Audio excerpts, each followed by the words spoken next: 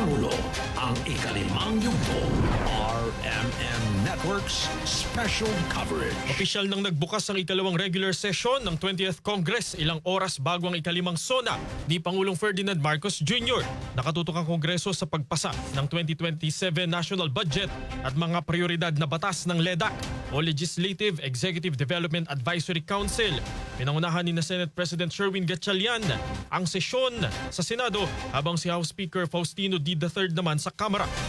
Sa Senado hindi nakadalo sina Senador Jinggoy Estrada at Senador Dante Marcoleta na kasalukuyang nakakulong kaugnay ng magkahiwalay na kasong plunder.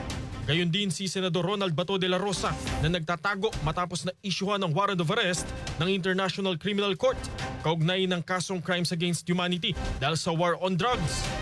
Mag-a-adjourn ang parehong kapulungan ngayong tanghali at magsasagawa ng joint session para sa ulat sa bayan ng Pangulo mamayang hapon.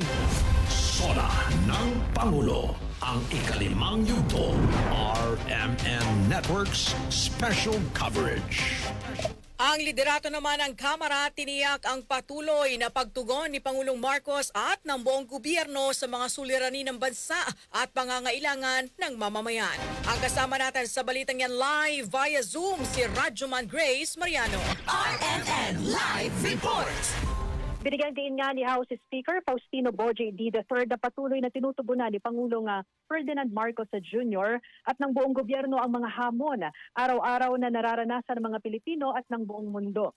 Pangunahin sa binanggit ni D na patuloy na inaaksyon na ng pamahalaan ang inflation o bilis ng pagtaas ng presyo ng mga bilihin, krimen at korupsyon. Ayon kay D, katuwang ng administrasyon ang House of Representatives na patuloy na magpapasa ng mga panukalang batas na magpapabuti sa buhay ng taong bayan.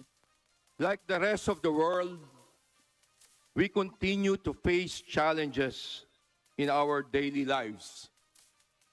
President Ferdinand Bongbong Marcos Jr.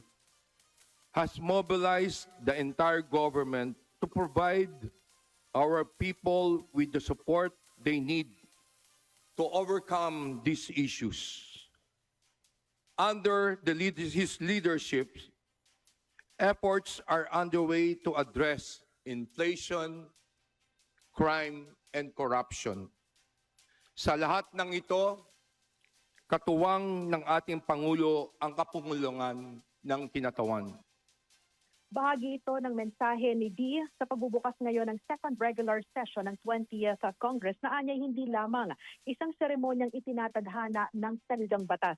Sabi ni D, ito rin ay panibagong pagkakataon upang suriin ang kanilang mga nagawa, kilalanin ang mga pagkukulang at pagtibayan ang kanilang sinumpaang panata na maglingkod ng tapat at higit na mahusay para sa sambayan ng Pilipino.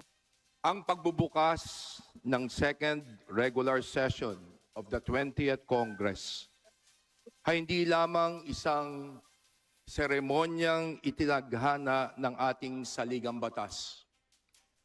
Isa itong panibagong pagkakataon upang suriin ang ating mga nagawa, kilalanin ang ating mga pagkukulang, at pagtibayin ang ating mga sinumpaang panata na maglingkod ng tapat at higit na mahusay para sa sambayan ng Pilipino. 279 na mga kongresista ang present sa pagbubukas ngayon ng second regular session ng 20th Congress. Pinagtibay naman ngayon ng Kamara ang magkakahiwalay na mga resolusyon na nagpapabatid sa Senado at kay Pangulong Marcos na mayroong quorum ang Kamara at handa na para sa joint session mamayang alas 4 ng hapon kung saan pakikinggan ang State of the Nation address ni Pangulong Marcos. Para sa SONA ng Pangulo, ang ikalimang yugto. Special coverage kasama mo sa RMN Manila, Radyoman Grace Mariano, Tatak RMN. RMN Network News.